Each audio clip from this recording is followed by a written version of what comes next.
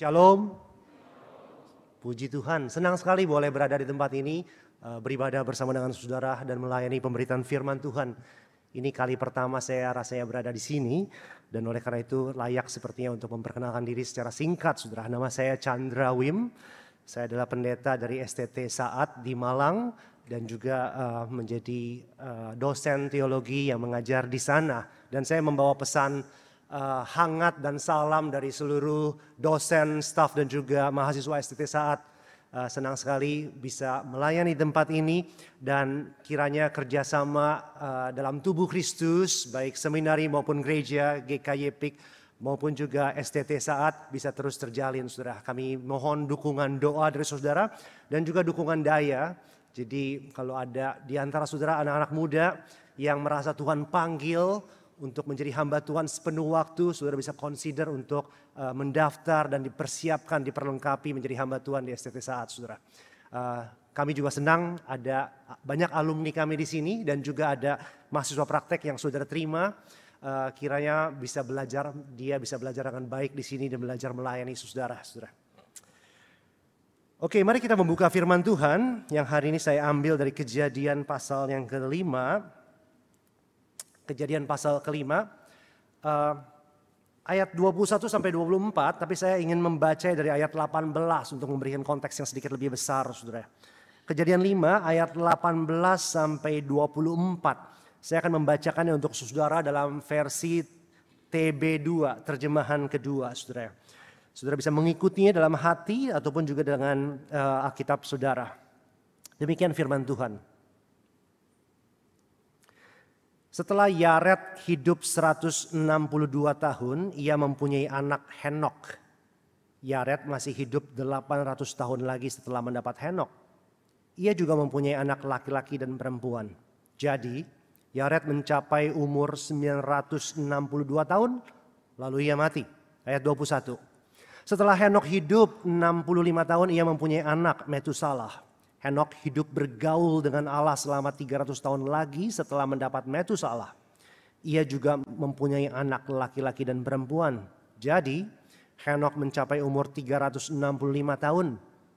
Henok hidup bergaul dengan Allah lalu ia tidak ada lagi sebab ia telah diangkat oleh Allah. Demikian jauh pembacaan firman Tuhan. Yang berbahagia adalah setiap kita yang bukan hanya membaca, mengerti, tapi juga menghidupinya. Saudara, suatu kali ada seorang mahasiswa jurusan atau fakultas biologi di semester pertamanya, di akhir semester hendak mengikuti ujian akhir semesternya. Mata kuliah yang diambil adalah soal jenis-jenis burung, saudara. Jadi ujiannya akan seputar identifikasi soal burung juga. Mahasiswa ini jadi sudah persiapan dengan baik, belajar mati-matian, lalu tibalah dia di ruang kelas untuk mengikuti ujian akhir semester. Begitu dia buka kertas ujiannya, soalnya dia melihat dan matanya terbelalak dan mukanya mulai pucat, mulai keluar keringat dingin karena dia tidak mengerti sepuluhnya dari soal yang ditanyakan. Sebab soalnya ada seperti begini, saudara. Nomor 1, ada cuplikan gambar singkat seperti scanan, fotokopian, kaki burung, lalu pertanyaannya burung apa ini? Jenis burung apa ini? Begitu juga pertanyaan nomor 2, ada kaki burung yang lain, pertanyaannya sama. Jenis atau tipe burung apa ini? Demikian seterusnya sampai nomor 10. Aduh, langsung dia merasa saya belajar banyak hal tentang burung. Baik secara fisiologisnya, dari beaknya, dari paruhnya, dari matanya, dari warnanya, dari jenis furnya, dari jenis sayapnya.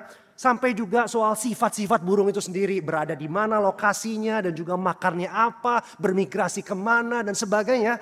Tetapi satu hal yang saya tidak pelajari, precisely yang keluar di soal ini, yaitu soal bagaimana kaki burung itu, saudara.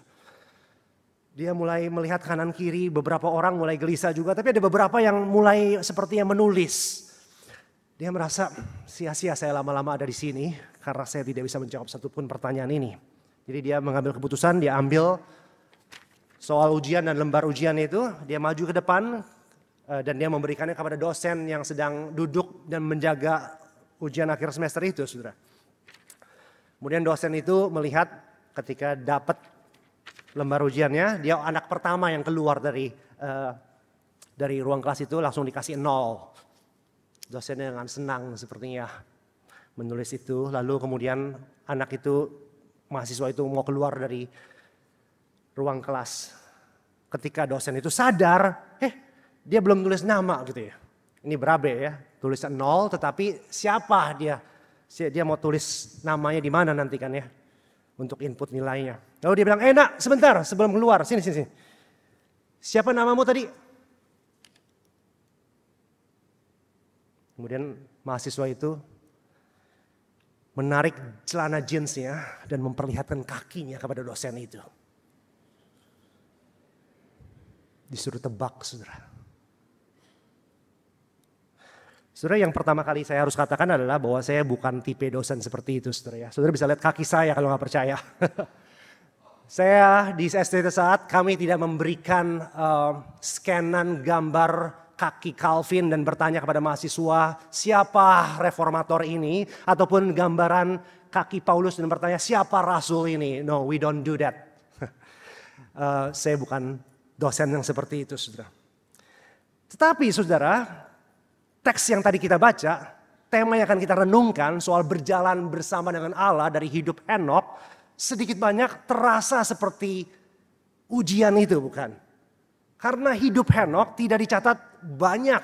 Bahkan hanya di sinilah kita melihat narasi dari Henokh. Cuma 4 ayat. Dan ngomong-ngomong itu juga bukan berbentuk narasi tapi berbentuk silsilah. Coba lihat lagi ayat yang tadi kita baca. Ayat 21 sampai 24 bicara soal Henokh. Tapi dalam konteks silsilah di Kejadian 5. Bicara soal nama-nama dan berapa tahun mereka hidup, siapa anak mereka, saudara. Jadi kita seperti cuma melihat kakinya Henokh. Dan kita diminta untuk menjawab pertanyaan siapa Henokh. Apa yang bisa kita pelajari dari Henokh. Dan bagaimana Henokh itu berjalan dengan Allah. Tapi karena saya dosen yang baik, saudara. Saya berusaha sebaik mungkin. Dari data-data Alkitab yang ada. Dan dari keseluruhan kanon kitab suci. Untuk menceritakan hidup Henokh itu. Dan hidup Henokh hari ini. Yang mudah-mudahan adalah saudara dan saya. Saudara, yang pertama kali kita bisa lihat dari teks yang kita baca adalah bahwa Henokh adalah keturunan ke-7 dari Adam, saudara. Jadi dia adalah keturunan ke-7. Dan yang lebih penting lagi, dia adalah keturunan Adam dari jalur, dari line-nya Seth, bukan dari line-nya Kain, saudara. Jadi ingat kembali pelajaran Alkitab, saudara. Adam dan Hawa memiliki 2 orang anak yang laki-laki yang dicatat, Kain dan Habel. Kain lalu membunuh Habel dan kemudian beberapa lama setelah itu Adam dan Hawa memiliki anak yang lain yaitu Seth.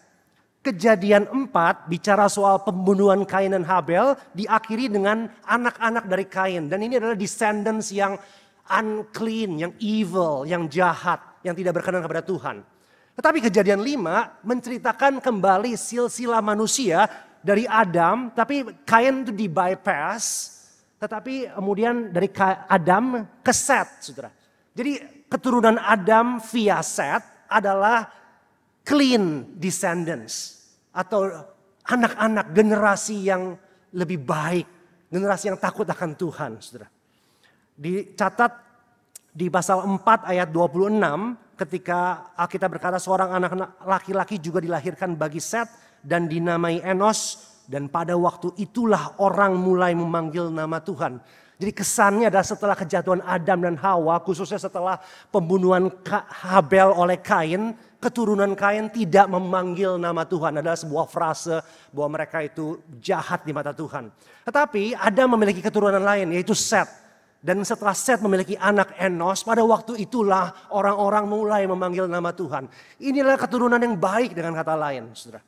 Nah, Henokh sekali lagi adalah keturunan ke-7 dari Adam via jalur generasi Seth yang baik itu, saudara. Tetapi yang menarik yang kita bisa observasi di Kejadian 5 ini, semua orang, sekali lagi Henokh keturunan ke-7, 6 di atasnya ditulis di Kejadian 5 dengan kesimpulan ayat 5 misalnya. Jadi Adam mencapai umur 930 tahun lalu ia mati. Anaknya Adam yaitu Seth ditulis di ayat ke-8. Jadi Seth mencapai umur 912 tahun lalu ia mati. And go on, and on, and on terus. 6 orang disimpulkan hidupnya dengan berapa tahun dia hidup, anaknya siapa, lalu ia mati. Ada frase itu. Tentu saja lalu ia mati, walaupun terdengar normal hari ini, karena semua orang hidup dan mati, tetapi harusnya tidak normal bagi pembaca kitab mula-mula. Sebab kematian bukanlah rancangan awal dari Allah. Allah adalah Allah sumber kehidupan. Dia adalah kehidupan itu sendiri. Ketika dia menciptakan, He creates life and not death. Jadi kematian, death itu bukan natural order dari ciptaan Allah. Itu bukan rancangan Allah. Tapi kita tahu ceritanya. Dan kisah ini, silsilah ini mengingatkan kita akan dari mana kematian itu datang. Dari kejatuhan manusia dalam dosa. Yang menarik adalah setelah Adam, Seth, Enos dan seterusnya 6 orang leluhur dari Henok, sampailah kita di ayat 21 sampai 24 soal Henok. Sedikit doang, kakinya doang yang terlihat. Tetapi ditulis atau tidak ada kata lalu ia mati. Sebaliknya yang ditulis adalah ayat 23. Jadi Henok mencapai umur 365 tahun. Lalu ia tidak ada lagi. Bukan lalu ia mati. Lalu ia tidak ada lagi sebab ia telah diangkat oleh Allah. Henok is one of the kind. He is singular. Hidupnya itu partikular. Sebab tidak seperti 6 orang lainnya yang mati, dia tidak mati. Dia tidak ada lagi di bumi karena dia diangkat oleh Allah. Itu observasi pertama kita tentang Henok dari silsilah ini. Yang kedua adalah, observasi kedua saya adalah bahwa Henok hidup di dunia singkat saja. Berapa tahun tadi dia hidup? Jangan lihat saya, lihat lagi Alkitabnya. 365 tahun. Tentu saja 365 tahun itu luar biasa panjang di compare dengan hidup kita yang cuma 60, 70, 80 tahun.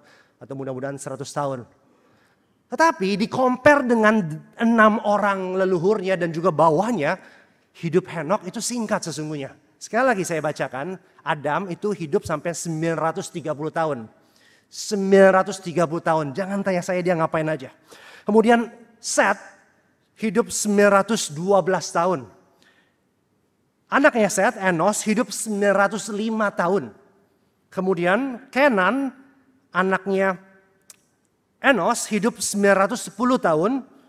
Lalu Mahaleel, anak dari Kenan itu hidup 895 tahun. Yared, papanya Henok, itu hidup 962 tahun, saudara. Henok hidup 365 tahun saja.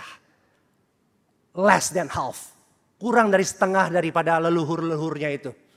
Dalam kacamata sekuler yang selalu melihat dan menilai segala sesuatu dengan kuantitas, kita bisa mengatakan poor Enoch. Kasihan Henok gitu ya. Tetapi kita tahu ceritanya bukan? Kita belum masuk ke soal itu, soal bagaimana dia berjalan bersama Allah. At least ada poin yang bisa kita pelajari bahwa hidup bukan hanya soal singkat atau panjangnya, tapi soal kualitasnya. Soal apa yang kamu isi dengan hidupmu. Soal berjalan dengan siapa hidupmu itu. Ketika saudara hidup, saudara pasti berjalan. Berjalan dalam hidup adalah sesuatu keniscayaan. Otomatis, saudara. Tapi who do you walk with? That's the real question. Berjalan dengan siapa kamu itu? Itu pertanyaan pentingnya, saudara. Henok tidak mati, yang pertama. Yang kedua, Henok umur hidupnya di dunia singkat saja, di-compare dengan leluhur-leluhurnya. Dan tadi kita lihat Henok diangkat oleh Allah. Diangkat kemana? Tentu saja secara natural kita akan menyimpulkan diangkat ke surga, ke hadapan Allah. Hidup bersama-sama dengan Allah. Pertanyaannya, kenapa? Apa yang salah dengan dia? Atau lebih tepatnya, apa yang benar dengan hidupnya? Sehingga Tuhan tidak mengizinkan dia mati, mengalami upah dosa itu yang adalah maut, melainkan mengambil dia langsung ke hadapan Allah, membypass kematian itu. Jawabannya tentu saja teks kita mengatakan karena Henokh hidup bergaul dengan Allah, saudara. Saudara, terjemahan yang lebih literal sesungguhnya seperti kebanyakan terjemahan bahasa Inggris adalah bukan hidup bergaul dengan Allah, tapi hidup berjalan dengan Allah. Seperti tema kita, walk with God. Tetapi LAI memberi tafsiran bergaul walaupun tidak literal, jadi lebih interpretatif sifatnya dibandingkan literalistik, tetapi cukup pas rasanya karena kata yang dipakai dalam bahasa asli adalah yithalek, yang artinya bukan sekedar berjalan menuju satu destinasi, tapi lebih ke arah wandering about, lebih berjalan-jalan gitu. Seperti jalan sore, berjalan bolak-balik, saudara. Kalau dalam analogi dari dosen saya yang terhormat, Pendeta Cornelius Kuswanto, dosen emeritus Perjanjian Lama di STT Saat, dia menggambarkannya yithalek, kata yang dipakai tentang hidup Henokh ini yang berjalan bersama Allah, itu seperti setrikaan yang atas bawah atau kiri kanan tergantung bagaimana saudara setrika, saudara ya. Jadi berjalan senantiasa, berjalan dengan dekat seperti ya. Bukan sekedar kita mau ke sana, yuk kita jalan ke sana. Bukan poinnya, bukan destinasinya, tetapi teman perjalanannya. Sekali lagi. Jadi LAI menerjemahkan Henokh berjalan dengan Allah menjadi Henokh bergaul dengan Allah. Dalam terjemahan bahasa Inggris ada mengatakan walk with God secara literal begitu saja. Tetapi NIV misalnya walk faithfully with God. Ditambahkan kata faithfully. Kemudian ada literal standard version mengatakan he habitually walk with God. Habitually. Seperti sebuah habit. Sekali lagi bukan sekedar one way trip di mana destinationnya yang menjadi poin utama ya. Tetapi soal perjalanannya itu sendiri. Teman perjalanannya. Proses perjalanan itu sendiri. Dan a New Living Translation menerjemahkan dengan tidak memakai kata walk. Live in close fellowship with God. Persis seperti LAI. Bergaul dengan Allah. Saudara. Dan kata itu yithalek, berjalan atau bergaul dengan Allah itu dipakai penulis Kejadian, kita percaya Musa dalam inspirasi Roh Kudus 2 kali dalam 4 ayat yang singkat soal silsilah. Jadi ini menunjukkan penekanan. Saudara perlu ingat kembali konteks Timur Dekat kuno di mana orang-orang seperti Musa dan seterusnya ketika menulis sebuah tulisan itu kertasnya adalah kertas khusus yang sangat mahal seperti papyrus atau parchment. Jadi setiap kata itu counts, every word counts. Mereka harus dengan teliti, dengan intentional mau memakai tanda baca, titik, koma, kata yang dipakai. Sehingga salah satu pelajaran hermeneutik sederhana buat kita adalah ketika kita membaca sebuah kisah atau sebuah teks dan ada kata yang sama diulang lebih dari sekali, that means emphasis. Itu artinya penekanan, saudara. Itu artinya penekanan. Hidup Henokh adalah hidup yang tidak mengalami kematian, tetapi diangkat oleh Allah karena hidup bergaul dengan Allah. Dia jalan bersama Allah. Diulang 2 kali dalam 4 ayat yang singkat saja. Pertanyaannya bagi kita adalah, bagaimana kita juga bisa hidup berjalan seperti dengan Allah seperti Henokh. Dan seperti apa hidup berjalan dengan Allah itu, saudara. Saudara, tentu saja ada banyak jawaban yang bisa diberikan dari pertanyaan itu.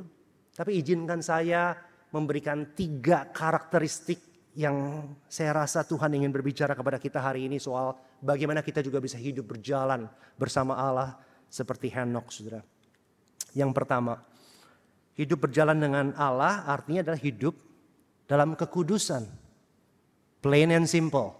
Kalau Allah itu kudus, kalau kamu mau berjalan bersama Dia, kamu juga harus hidup kudus. Allah tidak mau berjalan dengan orang yang tidak kudus hidupnya. Sebaliknya, kita juga tidak mau berjalan dengan Allah yang kudus kalau kita sendiri tidak kudus hidupnya. Kita akan merasa malu, kita tidak akan merasa tidak layak, kita akan merasa kita tidak bisa keep in His pace. Kita tidak bisa berjalan bersama, seiringan, setempo, sefrekuensi dengan Dia. Karena hidup kita dan hidup Allah itu tidak fit, tidak nyambung, doesn't jive, saudara. Tidak masuk, saudara. Karena dia adalah Allah yang kudus, sedangkan kita adalah orang yang berdosa, saudara. Saudara, tadi saya mengatakan bahwa hidup Henokh hanya dicatat di Kejadian 5 ayat 21 sampai 24. Itu betul untuk perjanjian lama. Di perjanjian baru sesungguhnya nama dia muncul lagi. Mari kita buka sekarang dari Ibrani. Ibrani pasal 11 ayat 5. Ini kisah tentang saksi-saksi iman atau heroes of the faith. Dan pasal 11 ayat 5 berkata demikian. Karena iman, Henokh diangkat supaya ia tidak mengalami kematian dan ia tidak ditemukan karena Allah telah mengangkatnya. Sebab sebelum diangkat, ia memperoleh kesaksian bahwa ia berkenan kepada Allah.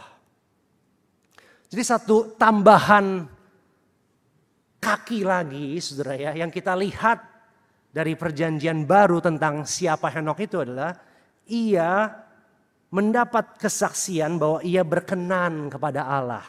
Dia diperkenan oleh Allah.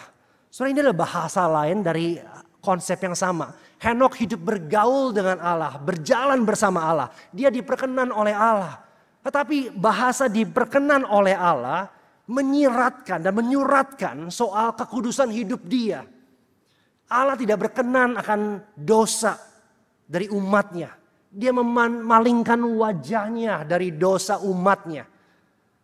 Karena dosa menghalangi hubungan kita dengan Allah. Dosa membuat kita tidak diperkenan, tidak worthy, tidak layak di hadapan Allah. Saudara.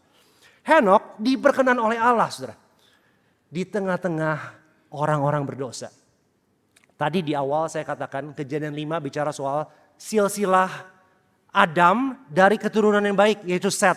Kejadian 4 adalah bicara soal silsilah Adam dari keturunan Kain, the evil one. Tetapi meskipun Set itu adalah the godly descendant, keturunan yang lebih saleh dan soleh, tetapi tetap kita baca tadi semuanya mati. Efek dosa masuk kepada mereka juga. Dan bukan hanya itu, kalau kita baca satu pasal sesudah pasal 5 ini, pasal 6, LAI memberi judul Kejahatan Manusia. Dan kemudian kita dengar cerita apa?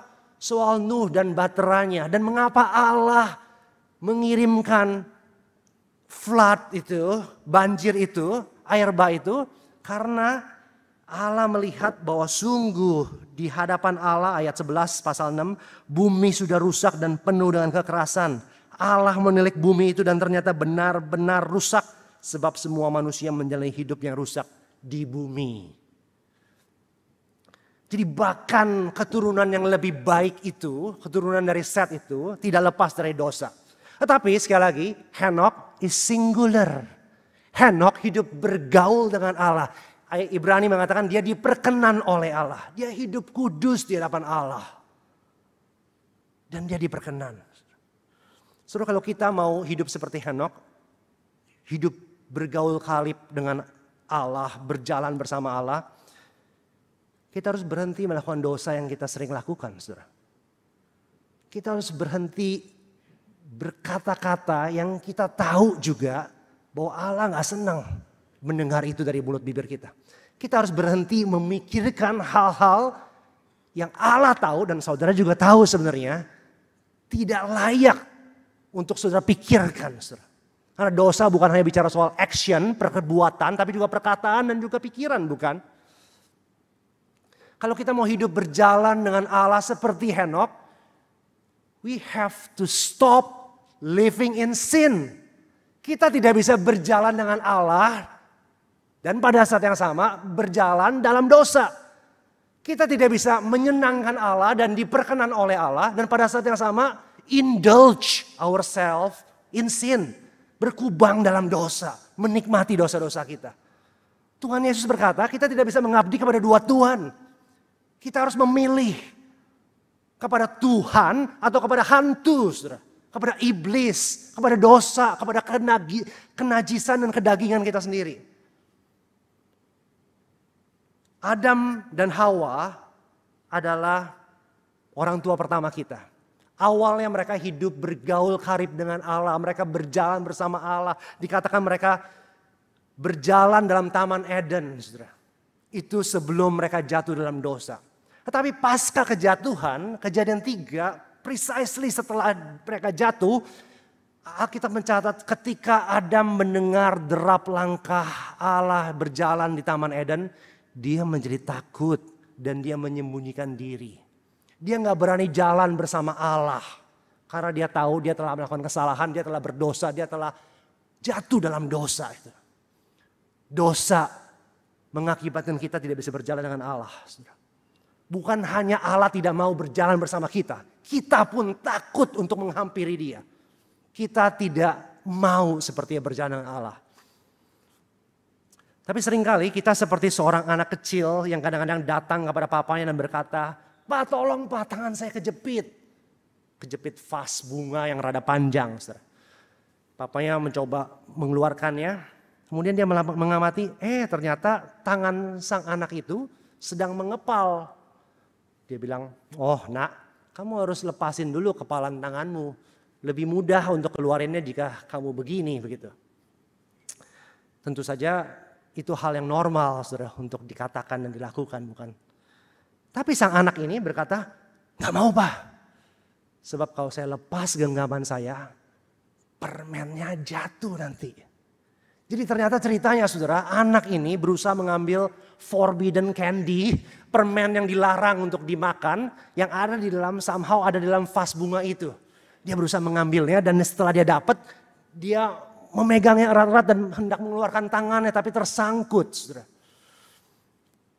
Seperti anak kecil itu, kita sering kali mau memperkenan Allah, tapi di sisi lain tidak mau mati bagi dosa kita.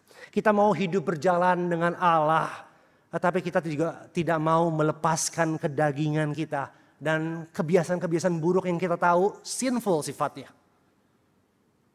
Kita harus memilih, saudara. Kita tidak bisa mengabdi kepada dua Tuhan.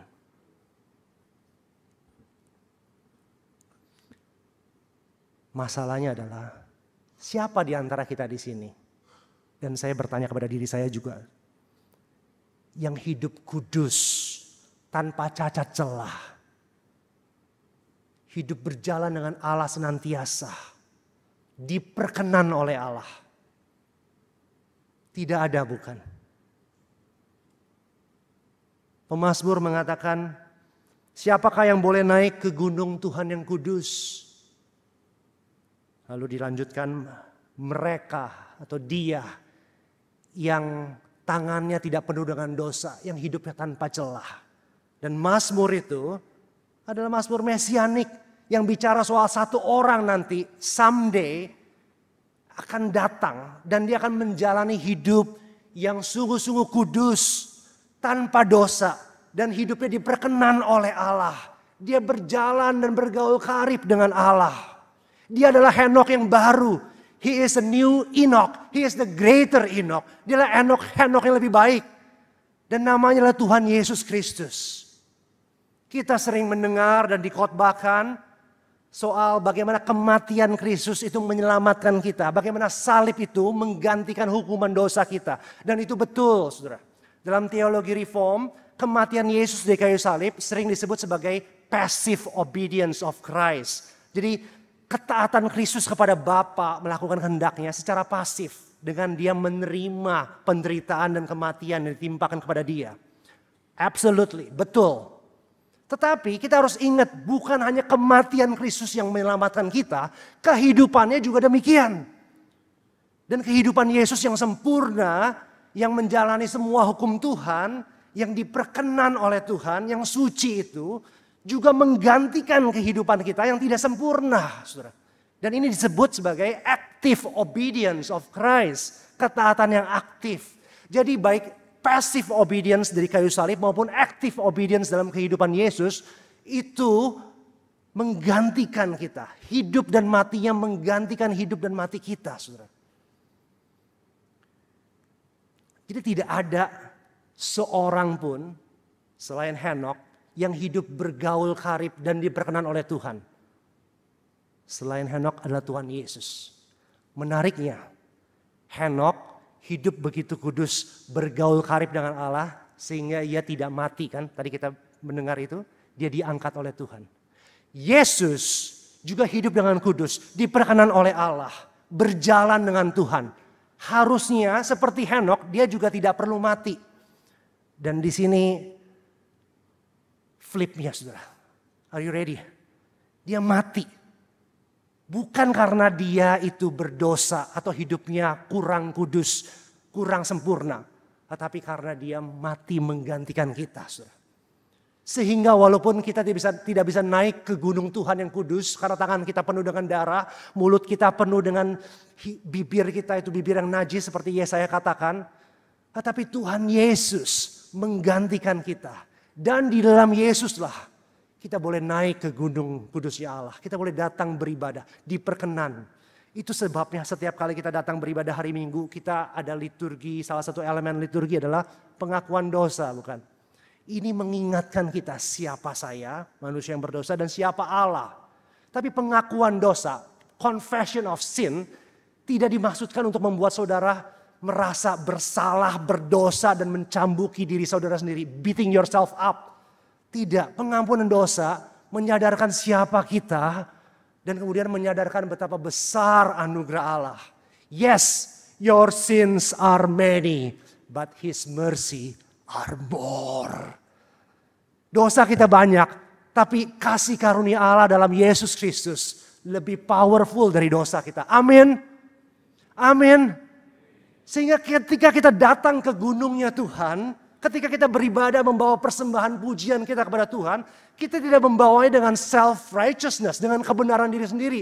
Sepertinya hidup saya baik, perkenankanlah saya berdoa kepadamu, memujimu, melayanimu. Enggak, hanya dalam kebenaran Kristuslah kita datang kepada Tuhan. Kita dikuduskan dan bisa berjalan bersama dengan Tuhan. Yang kedua, saudara, saya akan lebih cepat poin saya, saudara. Hidup berjalan bersama Tuhan bukan hanya bicara soal kekudusan moral, spiritual, tetapi juga hidup dalam firman sesungguhnya. Tadi saya bilang Henok cuma di Kejadian dan juga di Ibrani. Ada satu tempat lagi sebenarnya, di Yudas. Mari kita buka surat Yudas di Perjanjian Baru, saudara. Surat Yudas pasal 1, karena cuma satu pasal. Ayat 14 dan 15, demikian bunyinya. Henok, keturunan ketujuh dari Adam, juga telah bernubuat tentang mereka. Katanya, sesungguhnya Tuhan datang dengan beribu-ribu malaikat kudusnya, hendak menghakimi semua orang dan menjatuhkan hukuman atas orang-orang fasik. Karena semua perbuatan fasik yang mereka lakukan, dan karena semua kata-kata nista yang diucapkan orang-orang berdosa yang fasik itu terhadap dia. Soalnya ayat ini dikutip oleh Yudas menunjukkan sekali lagi bagaimana Henok itu hidup di tengah-tengah bangsa yang najis bibir, di tengah-tengah bangsa yang berdosa. Dan ini mengimplikasikan dia itu tidak berbagian dalam berpartisipasi dalam dosa mereka. Dia hidup kudus, poin pertama saya tadi. Tetapi juga dikatakan di ayat 14, Henok telah bernubuat tentang mereka. Nah, bernubuat, melakukan prophetic word itu adalah sebuah istilah yang menunjukkan Henok dalam pengertian tertentu adalah seorang nabi. Dan nabi adalah perpanjangan lidah Allah, berbicara atas nama Allah. Dan nabi tidak berbicara demi atau karena dirinya sendiri, tetapi karena dia mendengar pesan dari Allah dan dia menyampaikannya. Dia perpanjangan firman Allah. Jadi Henok hidup bergaul, berjalan bersama Allah. Apa artinya itu? Salah satu artinya tentu saja adalah dia dengar-dengaran akan firman Allah. Dan ini menyambung ke poin pertama tadi. Bagaimana Henok bisa hidup kudus? Apa standar hidup kudus itu? Bukan standar kita sendiri. Kita mungkin kadang berpikir, oh enggak nonton bioskop itu hidup yang kudus. No, bukan standar kita sendiri soal bagaimana dan seperti apa kekudusan itu. Tapi balik-balik kepada firman Allah. Firman Allah lah standar kekudusan kita. Sehingga kalau kita mau hidup kudus, kita butuh firman Allah untuk menerangi jalan kita yang gelap itu. Untuk kita mengerti bagaimana kita harus melangkah. Saudara, Henok hidup dalam firman. Sama seperti Adam dan Hawa sebelum jatuh dalam dosa. Mereka hidup berjalan bersama Allah, hidup dalam kekudusan, dan mereka mendengar firman Allah secara langsung, bukan? Mereka bergaul karib dengan Allah. Tetapi ketika Hawa dan juga Adam dicobai, mereka mulai melupakan, mempertanyakan dan meninggalkan firman Allah dan mendengar firman si iblis, kata-kata iblis. Dan mereka mulai melihat buah pohon pengetahuan baik dan jahat itu yang dilarang oleh Allah dan mulai berpikir sendiri, mendengarkan perkataannya sendiri. Soal buah itu baik seperti untuk dimakan dan sedap kelihatannya. Ketika kita mulai keluar dari firman Allah, mulai meninggalkan firman Allah, maka kita tidak lagi berjalan bersama Allah.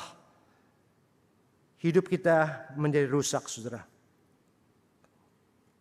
Saudara, dalam ibadah kita melakukan banyak hal dalam aspek-aspek liturgi.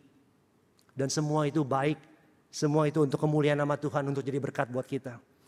Tapi dalam teologi Protestan, khusus dalam teologi Reform, puncak dari ibadah adalah firman Tuhan yang dibacakan dan diproklamasikan, diberitakan. Karena meskipun kita bisa menemukan Tuhan di alam, sebagian kita mungkin pergi jalan-jalan ke gunung atau ke pantai dan melihat keindahan dan berpikir tentang Tuhan. Dan walaupun kita bisa menemukan Tuhan juga di rumah sakit ketika kita melayani orang lain. Dan ketika kita juga bisa menemukan Tuhan lewat mungkin pujian yang kita dengar di radio Kristen kita ketika kita jalan. Dan Tuhan hadir di mana-mana, tetapi Tuhan berjanji kehadirannya itu ada di dalam firman-Nya. Our God is the speaking God. Dia adalah Allah yang berfirman. Dan firman Allah adalah Allah itu sendiri. Firman Allah menjadi manusia. Namanya sekali lagi adalah Henok yang baru itu, Tuhan Yesus Kristus. Jadi sama seperti kita tidak layak naik ke gunung Tuhan karena tidak ada di antara kita yang kudus. Kita juga sebenarnya tidak layak, tidak diperkenan Tuhan. Karena semua kita sudah gagal dalam menjalani firman Tuhan, dalam mendengarkan firman Tuhan. Tapi ada satu orang yang namanya adalah firman hidup itu sendiri. Menjalani bagi kita. Dia datang bukan untuk melenyapkan hukum Taurat tapi untuk menggenapinya. He is the Word Himself. Dan dia menggenapi firman Tuhan. Dan hanya di dalam Tuhan Yesuslah kita juga boleh mendengar firman dan mentaatinya. Saudara, yang saya mau katakan hari ini adalah bahwa hidup berjalan dengan Tuhan itu tidak bisa memakai kekuatan kita sendiri. Karena tidak ada satupun dari kita yang kudus. Tapi Tuhan Yesuslah yang kudus. Hidup berjalan bersama Tuhan itu tidak bisa dengan sekedar kemauan kita saja untuk mentaati firman. Kita butuh Tuhan Yesus yang sudah melakukannya lebih dahulu bagi kita. Dan di dalam Dialah, dalam anugerah Dia, dalam pertolongan Roh Kuduslah. Dengan bergantung kepada Dialah, kita bisa hidup kudus dan kita bisa menjalani mentaati firman. Tetapi yang ketiga, saudara, karakteristik hidup yang berjalan bersama Tuhan bukan sekedar hidup dalam kekudusan dan hidup dalam firman, tetapi juga kita harus hidup dalam komunitas beriman, aka gereja.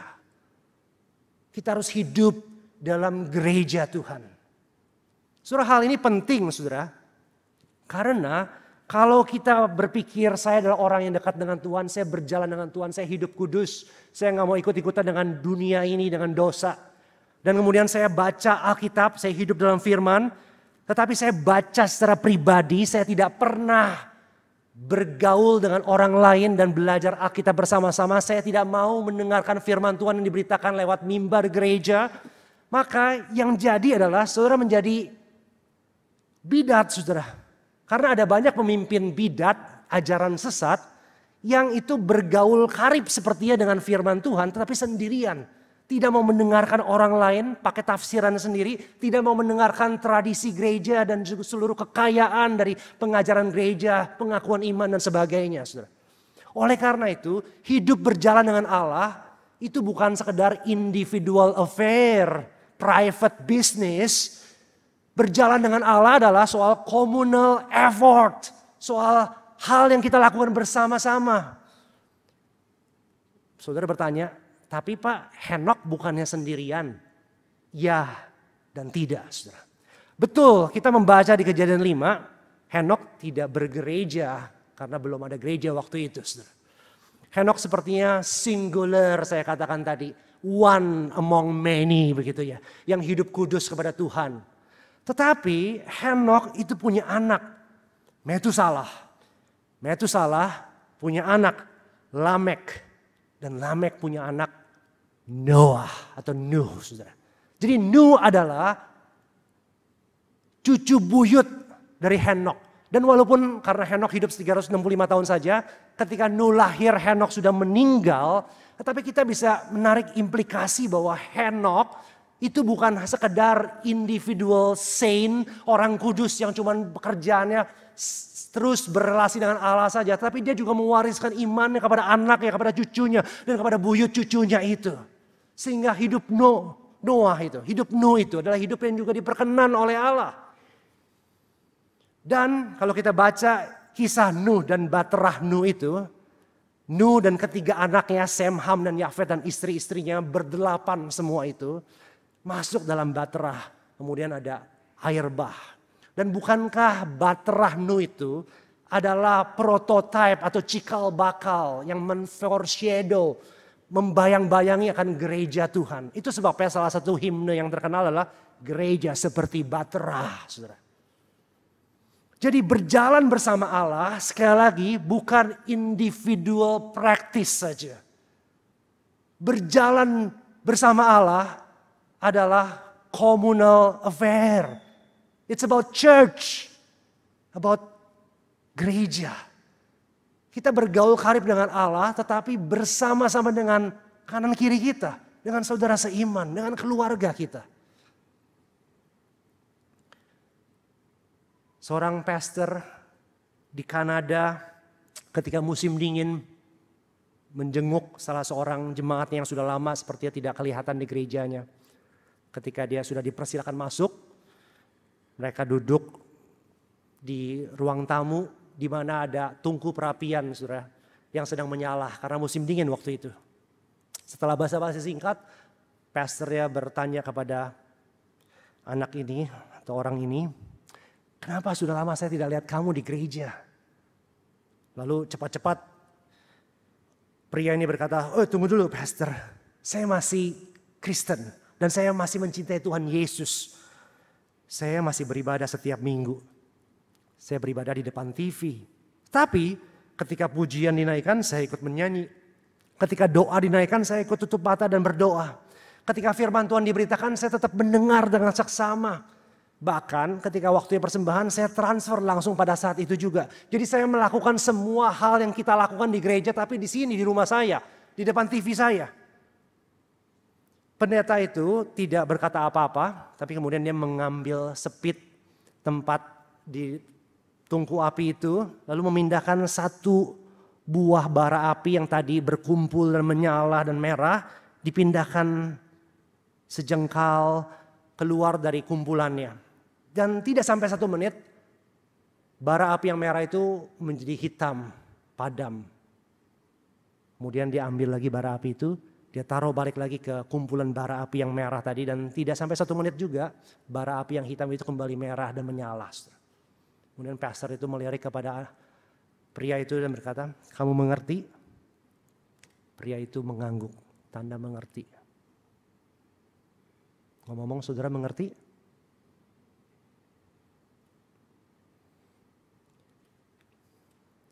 Jika kita mencintai Yesus, masakan kita tidak mencintai tubuh Kristus yang adalah gereja?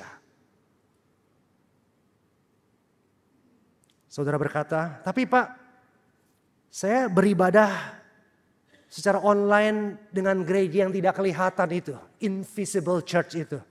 Ya, bagus. Ada gereja yang universal itu bukan. Tetapi gereja universal itu, yang abstrak itu harus terejawantakan, embody dalam gereja lokal, saudara. Dan saya tidak sedang mempromosikan bahwa saudara harus terus ada di gereja ini, saudara. Bukan itu poin saya. di gereja manapun.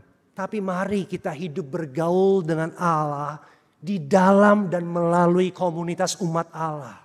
Karena begitulah desain Allah pada mulanya. Allah selalu menciptakan anak-anak Tuhan untuk menjadi umat, di mana Allah akan menjadi Allah mereka dan mereka akan menjadi umatnya.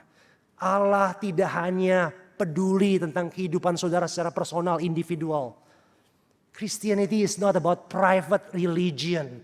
Bukan seperti New Age movement di mana yang penting adalah saya merasa aman, damai. Saya merasa nirvana. Bukan itu. Kekristenan adalah bicara soal menjadi umat Allah di mana Yesus menjadi raja dan bersama-sama kita menggarami dan menerangi dunia ini as a people of God, as a community, sebagai gereja Tuhan. Oleh karena itu mari di awal tahun ini kita masih ada sekitar 11 bulan, 9 atau 10 hari saudara. Di awal-awal tahun ini 2024 mari kita berkomitmen untuk berjalan bersama dengan Allah. Mari kita berkomitmen untuk berjalan dalam kekudusan. Mari kita berkomitmen untuk berjalan dalam firman. Mari kita berkomitmen untuk hidup dalam komunitas umat Tuhan dalam gereja. Dan mari kita melakukannya dengan mata yang tertuju kepada Tuhan Yesus. Yang adalah awal dan yang akhir. Yang telah memulai itu. Dan yang terus menyertai kita. Saya gak bisa berjanji kalau saudara melakukannya. Nanti di akhir tahun ini saudara tidak akan mati. Melainkan saudara diangkat ke surga langsung dengan Henok. Seperti Henok. Saya tidak bisa berjanji itu saudara. Tapi saya bisa janji ini. Karena ini janji firman Tuhan. Kalau nanti saudara mati. Dan percayalah. You will. Kita akan mati. Tetapi kita tidak akan mati selama-lamanya. Kita akan berjumpa dengan Tuhan Yesus kita. Kekasih jiwa kita. Karena kita ada dalam Dia. Dan Dia telah mati dan hidup bagi kita. Amin. Mari kita berdoa.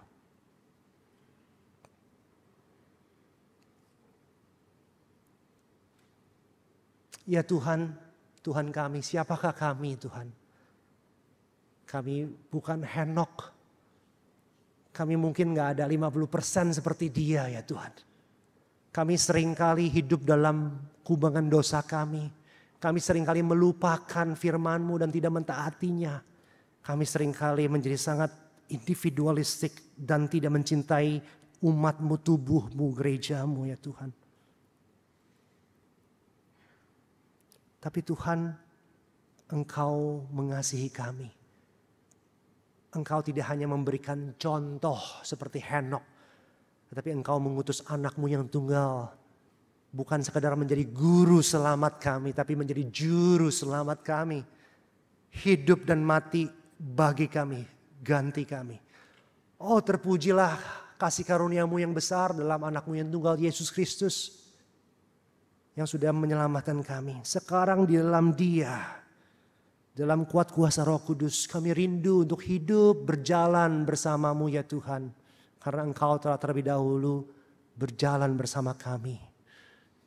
Kami rindu Tuhan untuk hidup dalam kekudusan. Meskipun jatuh bangun kami rindu. Kami boleh dalam anugerah Tuhan bangkit setiap kali kami jatuh. Mengakui dosa kami dan diampuni. Sebab anugerah-Mu lebih besar daripada dosa kami.